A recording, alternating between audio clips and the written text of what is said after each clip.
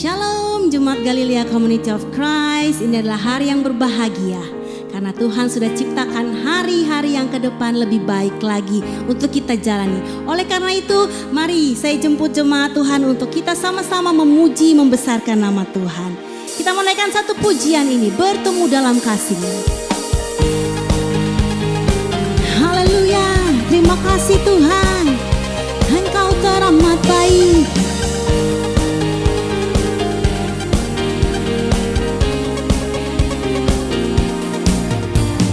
Bertemu dalam kasih-Nya, berkumpul dalam anugerah-Nya, bersuka cita semua di dalam rumah Tuhan.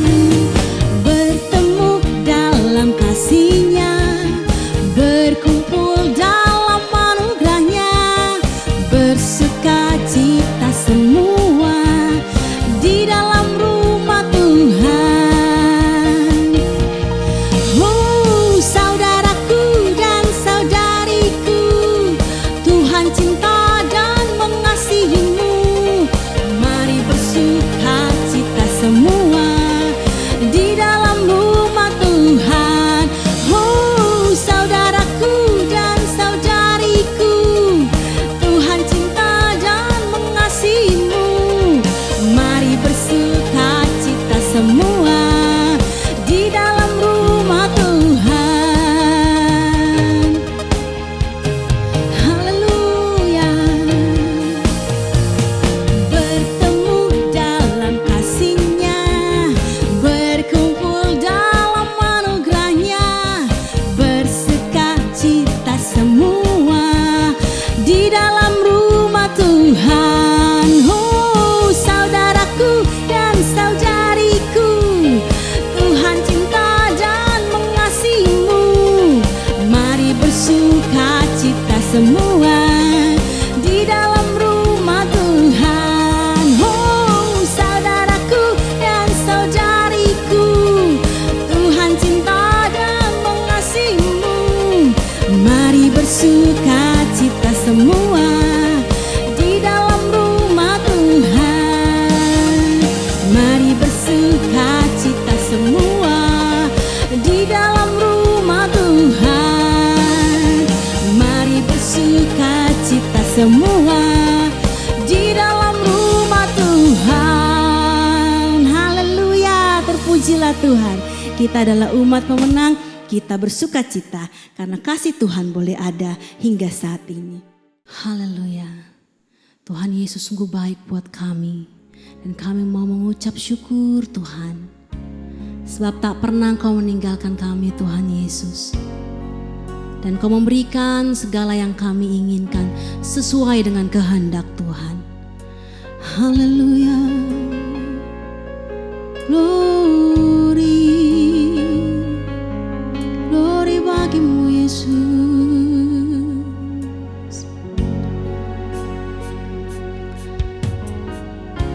Tak selalu Tuhan menjawab doa, namun Dia beri yang terbaik di waktu yang tepat.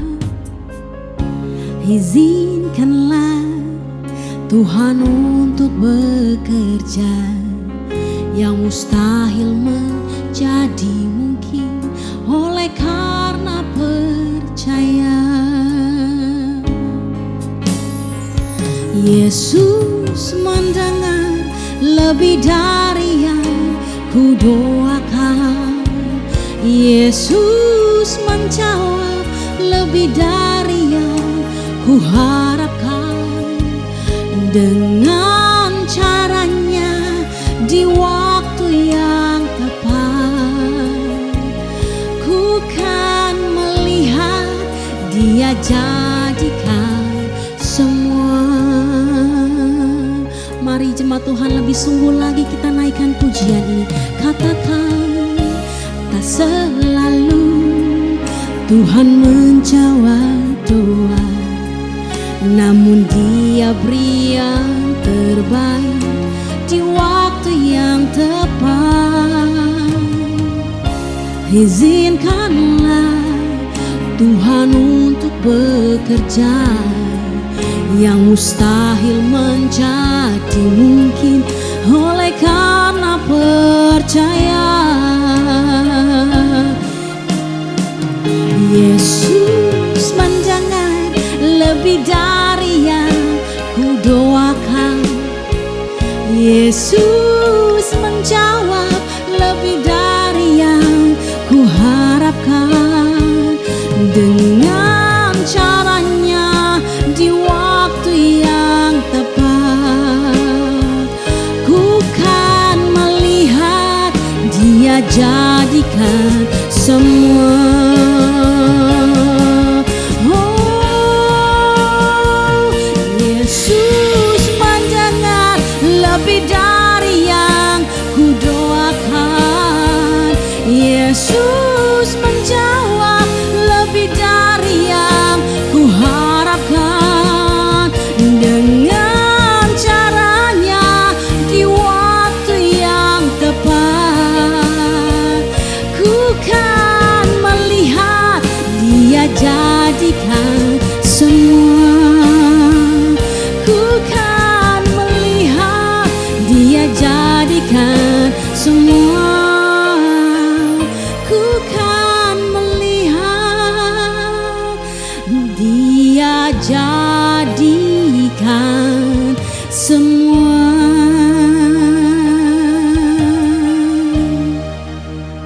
Haleluya. Shalom jemaat GCC yang dicintai oleh Tuhan. Sebelum kita mendengarkan firman Tuhan lebih jauh, kita berdoa sejenak. Kami bersyukur kami boleh berjumpa dengan sahabat GCC dalam acara firman Tuhan. Saat ini kami berdoa menyerahkan jam pemberitaan ini dari awal pertengahan sampai pada tamatnya, dimanapun suara kami dapat didengarkan.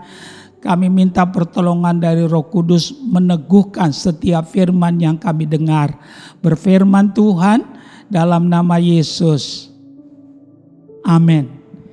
Jemaat GCC yang dicintai oleh Tuhan, mari kita ambil Alkitab kita siapkan juga catatan kita.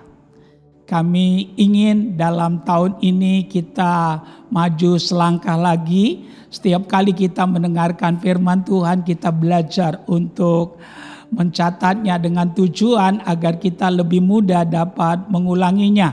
Kami meyakini kebiasaan kita adalah masa depan kita. Tema firman Tuhan yang akan kami sampaikan buat kita saat ini adalah iman yang membawa kemenangan. Kami berdoa biar melalui tema ini dalam 2024 ini bersama Yesus kita lebih daripada pemenang. Jemaat GCC yang dicintai Tuhan, mari kita buka Alkitab kita Roma pasal yang ke-10 ayat yang ke-17. Kami akan membacakannya, demikian firman Tuhan. Jadi iman timbul dari pendengaran dan pendengaran oleh firman Kristus.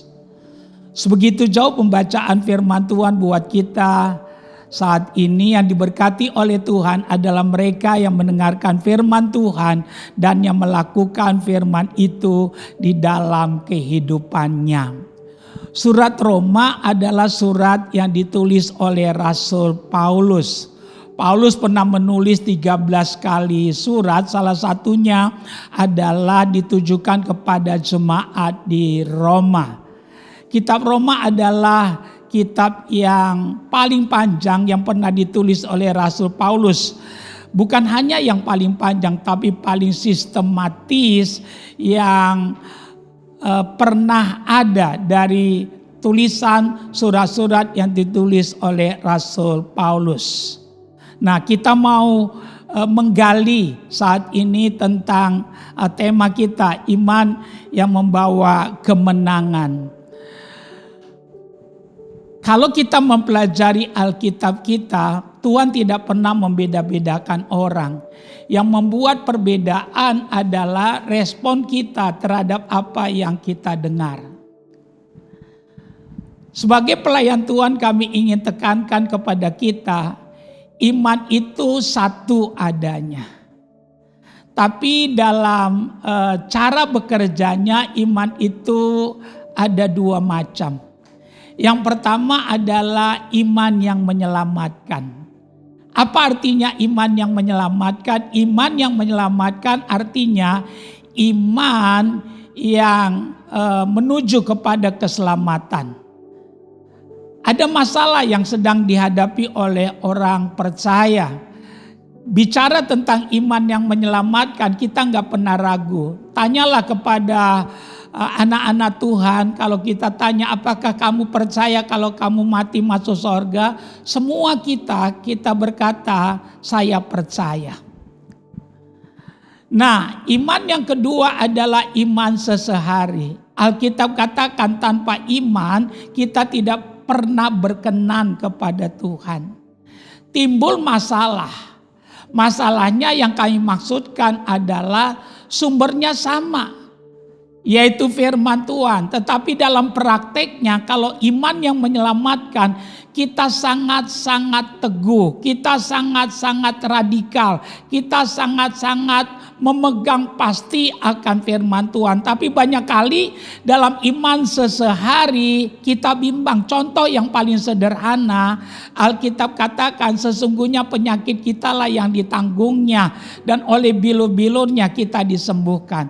Tidak sedikit kita mendoakan orang, apa yang terjadi banyak kali nggak dapat apa-apa. Bukan Tuhan membeda-bedakan orang, tapi kita tidak menerima seperti iman yang menyelamatkan itu. Tapi kita masih hidup dalam kebimbangan. Kita tidak percaya, kita tidak mau berpegang teguh sesuai dengan apa yang firman katakan.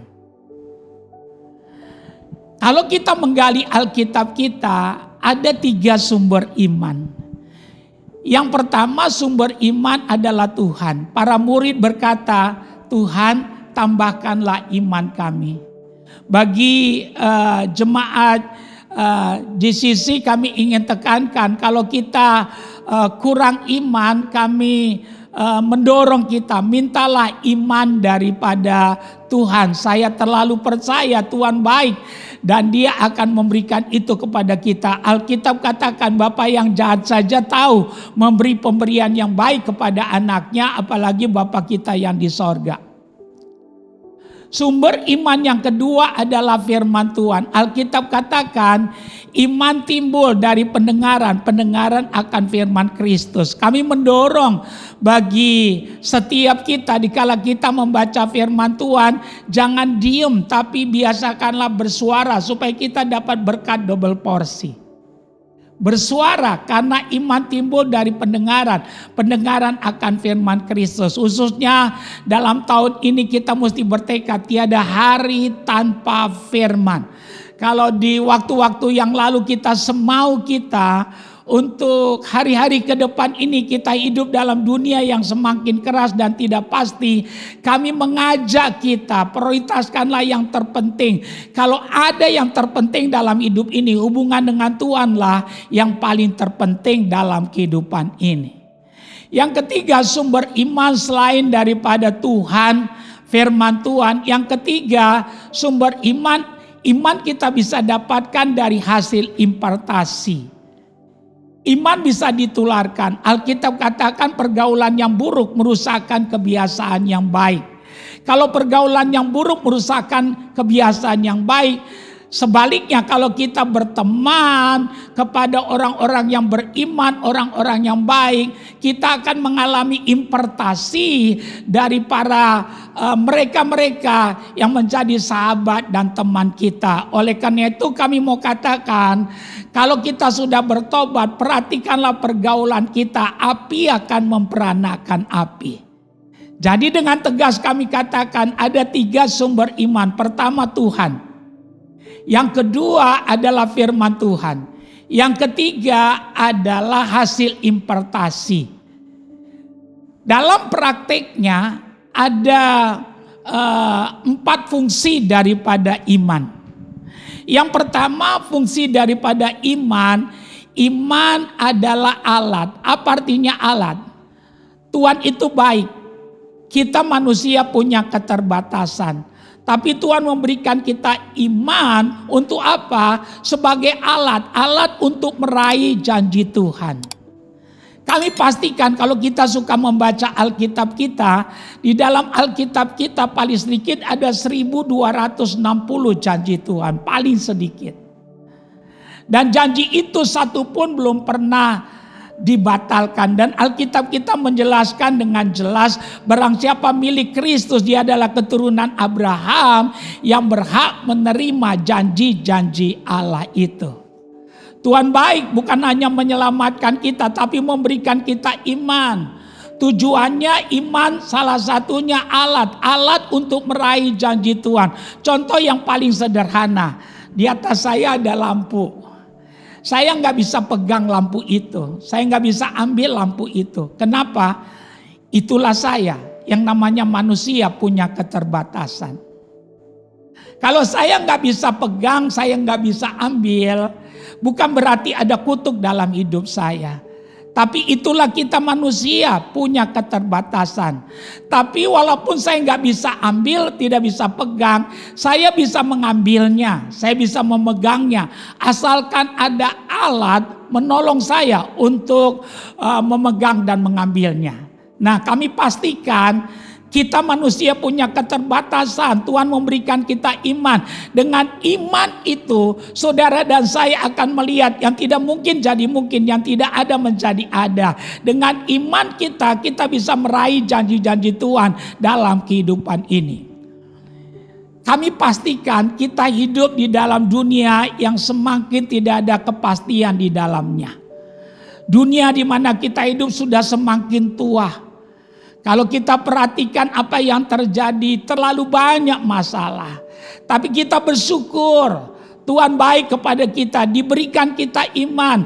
Ayo kembangkan iman kita, jangan jadi iman yang pasif, hanya menunggu mati masuk surga. Tapi sepanjang kita hidup, milikilah iman yang dinamis, praktikkan iman kita itu. Sehingga ada dinamika rohani dalam kehidupan kita. Membuat kita bukan hanya menang, tapi lebih daripada pemenang di dalam kehidupan kita.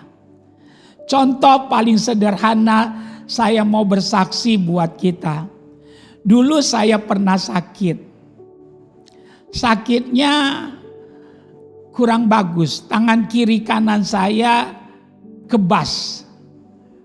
Lantas hal itu berlangsung cukup lama. Pendeta punya banyak teman. Dari penjahat sampai pejabat. Lantas saya coba datang kepada teman yang menjadi dokter. Saya katakan, saya ini sakit. Dia katakan, dari wajahmu kamu tidak sakit. Saya katakan, saya yang rasa saya sakit. Lantas dia tanya, sakitnya apa? Lantas saya jawab, saya punya tangan kiri kanan kebas. Dia katakan gampang. Kenapa kamu katakan gampang? Iya, kamu operasi aja. Saraf kamu kejepit, dia katakan. Ada nggak jalan yang lain selain operasi? Lantas dia katakan kepada saya, ada. Kamu berdoa saja. Saya katakan kepada teman saya ini, seorang dokter, kalau begitu saya pilih yang kedua. Terima kasih ya, saya mau berdoa, saya katakan. Lantas dia katakan, kenapa kamu pulang? Ayo dong datang aja ke klinik, sebentar kok nanti kamu akan pulih kembali. Saya katakan saya pilih yang kedua. Biasanya kita yang menghotbahin banyak orang termasuk dokter-dokter, tapi kali ini kita dihotbahin oleh dokter. Kita pilih, ya kita katakan saya pilih yang kedua, saya doa. Dan apa yang terjadi sejak saya pulang, sesudah ketemu dokter itu, setiap hari saya katakan apa yang saya percaya. Saya katakan tubuh saya bait Allah, rumah Roh Kudus, tempat kediaman Tuhan yang hidup. Tidak ada hak penyakit dalam tubuh saya. Saya terima apa yang Tuhan Yesus katakan. Oleh bilur-bilurnya saya disembuhkan. Saya mempraktekkan ya iman yang bukan hanya untuk ke sorga saja. Bukan hanya iman yang menyelamatkan, tapi iman yang berfungsi dalam sehari. Saya lupa berapa kali, saya tidak ingat berapa kali saya sebutkan. Tapi saya ngomong iya di atas iya, ada Tuhan di tengah-tengah kita. Saya sembuh 100%. Saya sembuh 100%. Dan kami ingin tekankan buat kita, saat ini juga engkau bisa mengalaminya. Ya, gunakan iman kita itu. Untuk apa? Meraih janji Tuhan. Siapapun kita, apapun warna kulit kita, kami pastikan Tuhan sayang kita semuanya. Kami tidak tahu penyakitmu apa, masalah yang kau sedang hadapi, pergumulan yang sedang menimpa kehidupan kita, keluarga kita. Tapi kami pastikan Yesus lebih besar daripada pergumulan kita, Yesus lebih besar daripada penyakit kita. Waktu depanmu tembok, belakangmu tembok, kiri kananmu tembok, lihat ke atas, kita masih punya Tuhan yang besar, yang sanggup menolong dan mau menjawab doa-doa kita. Gunakan imanmu, raih janji-janji Tuhan. Karena fungsi daripada iman adalah alat yang Tuhan berikan untuk kita meraih janji-janji Tuhan. Makin saudara belajar menggunakannya, saudara makin melihat, ya saudara dan saya akan mengalami kedahsyatannya Tuhan dalam kehidupan kita. Mungkin kita berkata, Pak, tapi saya nggak bisa, Pak. Kita bisa karena kita biasa. Gunakan. Mungkin 1 kali, 2 kali gagal. Ya rasanya kita susah sekali menggunakannya. Tapi teruslah, karena Tuhan kita baik. Kami terlalu percaya Tuhan yang besar bukan cerita, tapi itu jadi pengalaman kehidupan kita. Yang kedua, fungsi daripada iman itu pegangan. Apa artinya pegangan? Kita hidup dalam dunia yang sangat licin. Banyak orang yang tergelincir jatuh. Mungkin kita salah satunya yang pernah jatuh. Kami mau katakan, ayo perkuat iman kita. Iman itu pegangan. Makin kuat pegangan, semakin berani kita melangkah dalam menjalani kehidupan ini. Kalau itu kebenarannya, perhatikan hubungan kita dengan Tuhan. Perhatikan kondisi iman kita senantiasa. Jangan pernah menganggap remeh. Tapi kerjakan bagian kita. Tuhan akan mengerjakan bagiannya. Tadi kami katakan iman itu pegangan. Beri iman itu kepada anak-anak kita. Sehingga anak-anak kita punya pegangan.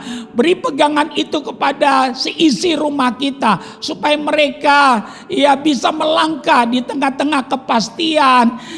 Di tengah-tengah ketidakpastian yang kita lihat hari-hari ini sedang melanda dunia. Sekarang kalau kita mau jujur, orang tua cuma melarang anaknya, jangan buat ini, jangan merokok, jangan buat ini, jangan narkoba, jangan buat ini, jangan ikut seks bebas. Kita cuma bilang jangan ini, jangan itu, jangan ini, jangan itu, jangan ini, jangan itu. Tapi kami mau katakan, ayo kita harus lebih daripada melarang, tapi perlengkapi anak-anak kita, beri dia iman. Beri dia iman, iman itu pegangan. Karena itu perlu membangun mesbah keluarga di rumah kita. Pentingkan itu. Bangun hari-hari kita bersama dengan Tuhan. Akhiri hari-hari kita bersama dengan Tuhan. Kalau ini yang kita lakukan bukan berarti bebas dari masalah. Tapi masalah membuat kita punya lompatan iman semakin tinggi. Dan kami terlalu percaya tidak ada jalan yang tidak punya jalan keluar. Tidak ada jalan buntu kalau kita datang kepada Tuhan. Yang ketiga, iman itu filter. Apa artinya filter? Filter artinya saringan. Alkitab katakan jagalah hatimu dengan segala kewaspadaan. Karena dari sanalah terpancar kehidupan. Tuhan ingin kita mengalami kemurnian iman. Oleh karena itu kita mesti membangun filter. Kita hidup dalam dunia yang banyak fata morgana. Banyak tipuan-tipuan. Kami mau katakan, tapi kalau kita punya filter, kita bisa menyaring. Kita bisa menyaring sehingga kita punya iman tetap terpelihara dengan baik. Waktu bangsa Israel keluar dari Mesir menuju tanah Kanaan, ada satu kisah yang luar biasa. Tuhan memerintahkan Musa untuk mengumpulkan semua orang tua bangsa Israel agar mereka mengajarkan tentang Tuhan dan firman Tuhan kepada anak-anak mereka. Dan apa yang terjadi? Kenapa Tuhan begitu penting memberitahukan kepada Musa supaya memberitahukan kepada bangsa Israel supaya mereka memperhatikan kondisi keadaan keluarga mereka? Jawabannya sederhana saja. Karena mereka seringkali tinggal di tengah-tengah lingkungan yang imannya berbeda, yang sangat-sangat keras, yang budayanya berbeda, dan Tuhan tidak ingin mereka tercemar, tapi Tuhan ingin mereka tetap jadi bangsa yang kudus, menjadi umat pilihannya Tuhan. Karena itu apa yang terjadi? Kita juga sama, kita juga sedang dalam perjalanan. Kita nggak tahu kapan perjalanan ini berhenti. Tuhan ingin bukan hanya kita, tapi keluarga kita terpelihara imannya, tetap ada kemurnian iman dalam kehidupan kita. Karena itu penting membangun filter dalam keluarga kita. Filter itu yang kami maksudkan adalah firman Tuhan, adalah iman. Kami terlalu percaya iman timbul dari pendengaran akan firman Kristus. Tapi rusaknya iman juga karena kita tidak memfilter apa yang kita dengar. Filterlah. Filterlah. Saya kasih contoh. Orang sekarang, khususnya kita yang tinggal di Indonesia, hampir-hampir tidak ada yang minum air dari tanah. Biasanya kita membeli air botolan. Kita berprinsip uang bisa dicari, yang penting sehat. Nah, kenapa rupanya kalau kita minum air yang dari tanah? Karena kebanyakan air yang dari tanah tidak sehat lagi karena lingkungan yang sudah tercemar. Air yang sehat tidak berwarna, tidak berbau, tidak berasa. Nah, kalau kita minum air yang tidak sehat, kita minum hari ini tidak apa-apa. Tapi kalau tiap hari kita minum air yang tidak sehat, lama-lama ginjal kita rusak. Karena semuanya disaring di ginjal. Kalau udah ginjal rusak, akhirnya cuci darah dan tinggal tunggu waktu. Kita akan meninggalkan dunia ini. Nah, kami mau katakan, memulai dan memelihara sama pentingnya. Waktu engkau percaya, saya percaya Yesus, itu keputusan yang paling tepat yang pernah kita lakukan sepanjang kita hidup. Tapi hidup bukan ditentukan hanya memulai, tapi juga ditentukan pada waktu kita mau mengakhiri dengan benar. Oleh karena itu, tangkap kebenaran ini, perlu memelihara iman kita, perlu membangun filter supaya ada kemurnian. Ada pencemaran jasmani, tapi ada juga pencemaran rohani. Tuhan mau ada kemurnian iman dalam hidup kita. Saudara dan saya, keluarga kita semuanya kedapatan setia pada waktu Tuhan datang kedua kali. Jadi bangunlah filter itu. Iman berfungsi sebagai filter, saringan untuk kita punya iman tetap memiliki kemurnian. Nah, yang keempat dan yang terakhir, iman itu senjata. Dalam Matius 18 ayat 18 dikatakan, apa yang kamu ikat di bumi akan terikat di sorga. Apa yang kamu lepaskan di bumi akan terlepas di sorga. Jadi iman itu senjata. Dan makin kita rajin menggunakannya, makin mahir kita. Karena itu ayo, dikala engkau merasa ada hal-hal yang tidak betul dalam hidup kita, rumah tangga kita, pekerjaan kita, pelayanan kita, Ayo praktekkan kebenaran ini. Gunakan iman kita, karena iman merupakan senjata. Apa yang kita ikat di bumi akan terikat di sorga. Apa yang kita lepaskan di bumi dan akan terlepas di sorga. Dan bukan hanya pendeta tertentu yang bisa melakukannya, tapi semua orang percaya yang percaya pada Yesus, yang hidup dalam firman Tuhan. Tuhan memperlengkapi dia dengan kuasa. Untuk apa? Bisa melakukan kebenaran ini, supaya kita bisa menjadi saksinya. Kita boleh berdampak dan nama Tuhan dipermuliakan.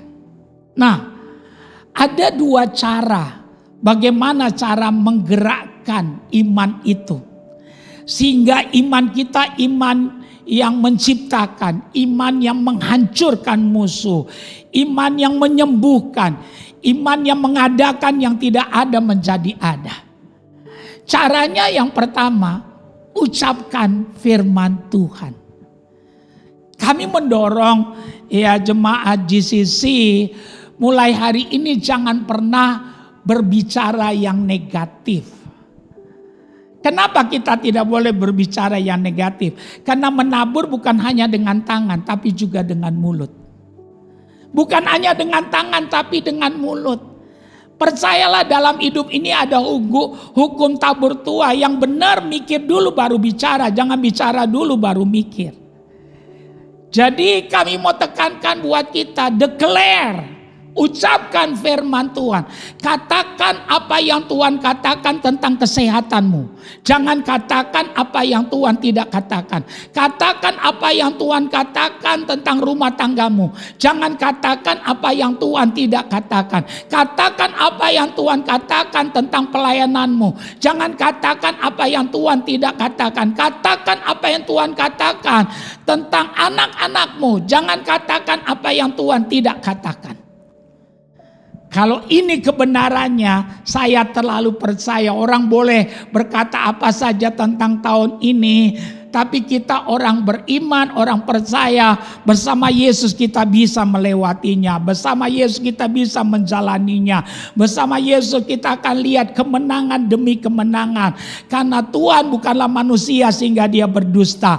Apa yang dia firmankan akan dia lakukan sempurna dan segera. Jangan mau didikte, jangan mau ditakut-takuti, jangan mau dimacan-macanin oleh dunia ini. Jangan suka latah. Sekarang orang suka latah. Iya. Kalau temannya berkata, sekarang dagangan susah ya, hidup lagi susah ya. Kadang-kadang kita nggak sadar, kita ikuti, sadar atau tidak kita sedang mengikat diri kita. Ya. Kita berkata benar ya, susah, saya juga ngalaminya. Saya harus katakan, singa muda boleh kelaparan, tapi orang yang mencari Tuhan tidak pernah kekurangan satupun yang baik. Engkau berbeda, kita berbeda, keluargamu berbeda. Karena kita umat ketebusan Tuhan. Waktu Yesus mati di kayu salib, bagi kita yang percaya kepadanya terjadi pertukaran, barter and the cross. Kita udah dipindahkan dari gelap kepada terang, dari kematian kepada kehidupan, dari kutuk kepada berkat. Kita nggak boleh hidup dalam perasaan. Perasaan bukan iman. Orang benar harus hidup dari iman kepada iman. Itulah yang Tuhan kehendaki. Jadi cara kerja iman itu yang menjadi kekuatan besar. Kami mau katakan, ucapkan firman Tuhan. Alat pelontar untuk melepaskan iman itu. Yang pertama ini mulut kita itu alat pelontarnya. Katakan apa yang Tuhan katakan. Jangan katakan apa yang Tuhan tidak katakan.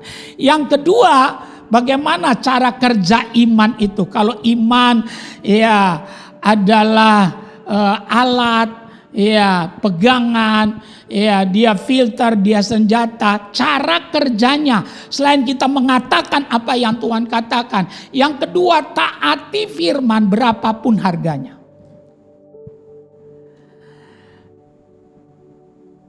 Taati firman berapapun harganya. Mungkin kita pernah baca dalam Alkitab kita kisah tentang air yang berubah menjadi anggur. Dalam Yohanes pasal kedua. Kalau saya yang kita tanya di mana rahasianya? Rahasianya pada ayat kelima. Yesus berkata kepada pelayan-pelayan, apa saja yang dia katakan, lakukan itu.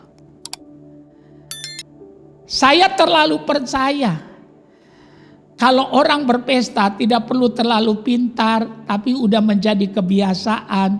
Biasanya berapa undangan yang harus diundang, nanti akan disiapkan berapa makanan dan minuman untuk kebutuhan undangannya. Tapi itulah realita. Apa artinya itulah realita? Itulah kenyataan. Namanya manusia hitungannya bisa meleset. Mungkin hari-hari ini hitunganmu sedang meleset. Kami mau katakan ada Yesus yang sanggup tolong kita. Nah, waktu mereka kehabisan anggur, Ibu Yesus memberitahukan mereka kehabisan anggur. Yesus menjawab, apa urusannya dengan aku ibu, waktuku belum tiba. Tapi Ibu Yesus tahu siapa Yesus. Dia datangi pelayan-pelayan, dia katakan apa saja yang dia katakan kamu lakukan. Tiba-tiba Yesus mendatangi pelayan. Dan dia berkata pada pelayan-pelayan itu, isi tempayan-tempayan itu penuh dengan air. Tanpa ada perbantahan, tanpa ada persungutan. Saya bayangkan andai kata kita yang jadi pelayan itu, ya saya mau katakan mungkin sulit terjadi mujizat. Kenapa saya katakan mungkin terjadi mujizat? Kita akan ngomel, kita akan berkata ini orang aneh. Yang dibutuhkan anggur kok kita disuruh ngangkat air. Tapi karena Ibu Yesus sudah berkata, isilah tempayan-tempayan itu dengan ya airnya mereka melakukan penuh. Sesudah penuh, pelayan itu disuruh cedok dibawa kepada kepala perjamuan. Saya bayangkan kalau itu kita pelayannya, saya percaya saudara, ya kita akan berusaha menghindar karena kita yang mengangkatnya. Tapi ya pelayan-pelayan itu melakukan seperti yang diperintahkan Ibu Yesus. Apa saja yang dia katakan lakukan. Akhirnya mereka cedok dibawa kepada kepala perjamuan. Akhirnya air berubah jadi anggur. Di mana prosesnya? Di mana terjadinya? Waktu air itu sampai kepada kepala perjamuan. Itu namanya taat. Jadi bacalah perjanjian lama, bacalah perjanjian baru. Tidak pernah terjadi mujizat tanpa didahului oleh ketaatan. Kami pastikan kalau itu yang kita lakukan, orang mau bilang apa saja tentang tahun ini, bagi saudara dan saya tetap ada harapan. Tegakkan kepala kita, masih ada harapan untuk hari esok. Masih ada harapan untuk rumah tanggamu. Masih ada harapan untuk pekerjaanmu, untuk pribadimu. Karena semua boleh berubah, tapi firman Tuhan itu kekal adanya. Kami simpulkan firman Tuhan buat kita saat ini. Kami tidak tahu pergumulan apa yang kita sedang hadapi. Yang kami mau pastikan, Yesus lebih besar daripada pergumulan kita. Kalau kita selama ini ragu-ragu, bimbang, bertobatlah. Kalau selama ini kita tidak percaya, bertobatlah. Kami selalu menekankan, selalu ada kesempatan yang Tuhan berikan bagi kita untuk kembali kepadanya dan kembali memegang akan kebenarannya. Kalau itu kenyataannya, mari responi firman ini dengan benar. Katakan kepada Tuhan, aku terima firman-Mu, aku serahkan diriku kepadamu, aku mau nyatakan imanku, aku mau percaya pada Engkau, aku mau percaya pada firman-Mu. Dan kalau itu yang kita lakukan, kami terlalu percaya hidupmu dekat dengan mujizat. Mujizat menjadi bagian kehidupan kita. Sehingga kita boleh berkata bersama Yesus kita lebih daripada pemenang. Tuhan Yesus memberkati. Amin. Kita berdoa. Kalau engkau sakit, kalau engkau punya pergumulan, letakkan tanganmu satu pada bagian tubuhmu. Satu, angkat tanganmu ke atas. Jangan lakukan kalau engkau tidak percaya. Tapi lakukan saat ini kalau engkau percaya. Yesus lebih besar dari pergumulanmu. Yesus lebih besar daripada masalahmu. Dia akan menolong saudara dan saya. Mujizat menjadi bagian hidupmu. Ya Tuhan, engkau melihat saat ini jemaat GCC Tuhan yang meletakkan tangannya pada bagian tubuh mereka dan mengangkat tangan mereka kepada Tuhan. Apapun pergumulan mereka pada saat ini, sebagai hamba Tuhan aku berdoa di dalam nama Yesus terbuka jalan. Tuhan meratakan gunung menimbun lembah, membuka pintu-pintu yang tertutup. Ada berkat Tuhan mengalir. Tuhan merubah kutuk jadi berkat. Dia rubah padang gurun jadi taman Eden. Aku katakan kata-kata iman. Mulai hari ini ada mata air yang baru. Dia menyembuhkan, memulihkan, mengangkat, mempromosikan kehidupanmu. Sehingga engkau boleh melihat janji-janjinya menjadi milik bagian kehidupanmu. Terima kasih Tuhan, suara hamba berhenti tapi engkau tidak berhenti bagi kami. Biar firman-Mu terus hidup dalam perjalanan hidup kami. Jadi rema dalam nama Yesus.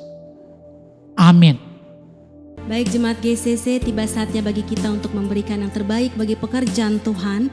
Bagi saudara-saudara yang mau memberikan boleh ditransfer melalui rekening yang ada di layar saudara maupun melalui QRIS. Sambil memberi, kita akan mempersiapkan hosti dan anggur. Kita akan memasuki perjamuan kudus. Saat ku masuk ke hadirat-Mu, bawa persembahan ke tempat kudus-Mu. Pujian ku naikkan, sembah ku berikan bagi-Mu Allah yang mulia. Kau layakkanku, Kau layakkanku menghampiri-Mu, melihat tahta kemuliaan-Mu Tuhan. Pujian ku naikkan, sembah ku berikan bagi-Mu Allah yang mulia. Oleh kuasa darah-Mu Kau telah tebus dosaku. Kekudusan-Mu melingkupiku, kasih-Mu memulihkan hidupku. Sungguh besar anugerah-Mu, Kau selamatkan hidupku. Ku menjadi ciptaan yang baru oleh kuasa darah-Mu, oleh kuasa darah-Mu, oleh kuasa darah-Mu.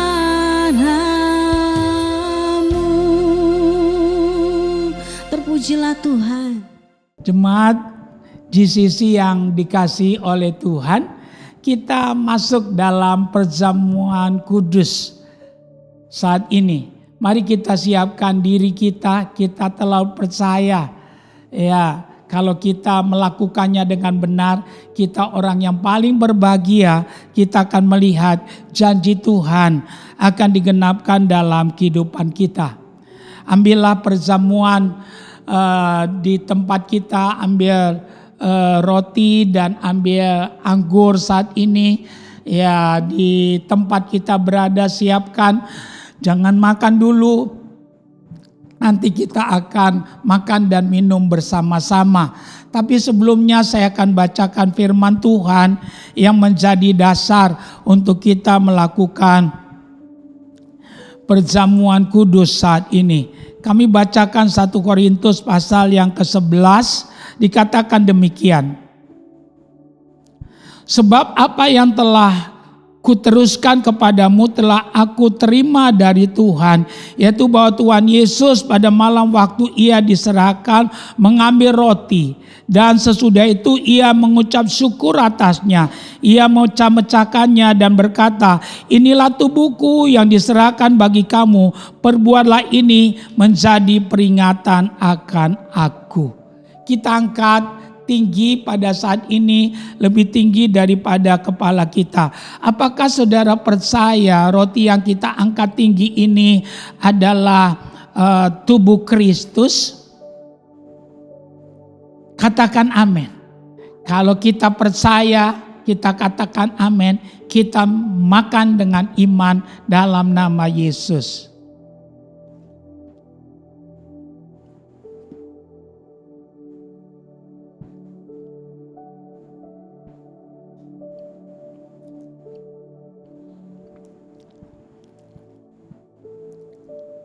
Kita ambil cawan yang di dalamnya ada anggur.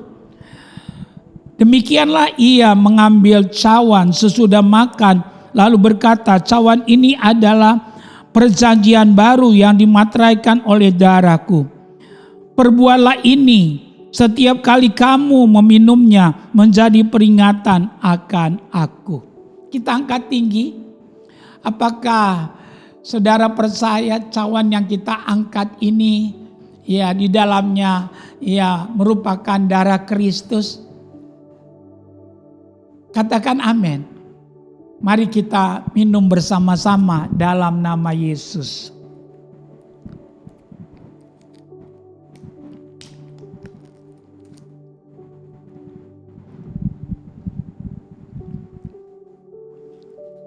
Mari kita letakkan saja di dekat kita cawannya. Saya ingin kita mengangkat kedua belah tangan kita. Kami akan berdoa. Ya Tuhan, Engkau melihat jemaat GCC yang sudah mengikuti perjamuan kudus pada saat ini. Kami katakan kata-kata iman bahwa tahun ini tahun kemenangan bagi mereka. Kami percaya yang tidak mungkin jadi mungkin, yang sakit disembuhkan, yang terikat dilepaskan.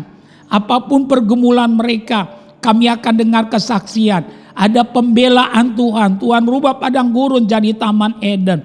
Awan gelap berlalu, terang Tuhan bercahaya.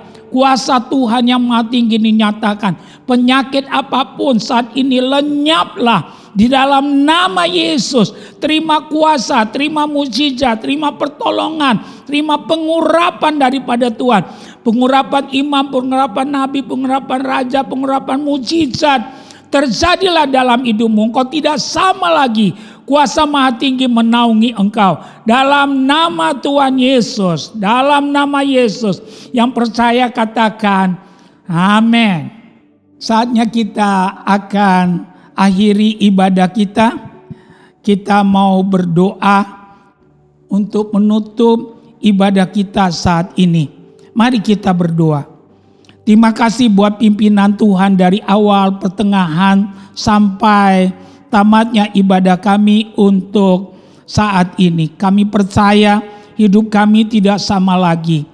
Sebentar kami akan berpisah, tapi Tuhan tidak pernah meninggalkan kami. Tuhan Immanuel bersama-sama menyertai kami hari lepas hari dalam tahun ini. Dan kami akan lihat kebaikan kemurahan Tuhan menyertai setiap kami. Mari kita angkat kedua belah tangan kita. Terima berkat daripada Tuhan. Biarlah hidupmu, keluargamu, pekerjaanmu, pelayananmu seperti pohon yang Tuhan taruh di tepi aliran air yang tetap segar dan menghasilkan buah. Apa saja yang kau kerjakan, Tuhan menolongnya dan membuatnya menjadi berhasil. Tuhan memberkati engkau dan melindungi engkau. Tuhan menyinari engkau dengan wajahnya dan memberi engkau kasih karunia. Tuhan menghadapkan wajahnya kepadamu dan memberi engkau damai sejahtera. Dalam nama Yesus yang percaya, mari sama-sama kita katakan amin. Sungguh besar pengorbananmu bagiku, terlalu dalam untuk dimengerti. Sungguh besar, sungguh indah yang kau pikirkan tentangku, tak terselami bagiku. Sungguh indah, sungguh indah, sungguh indah.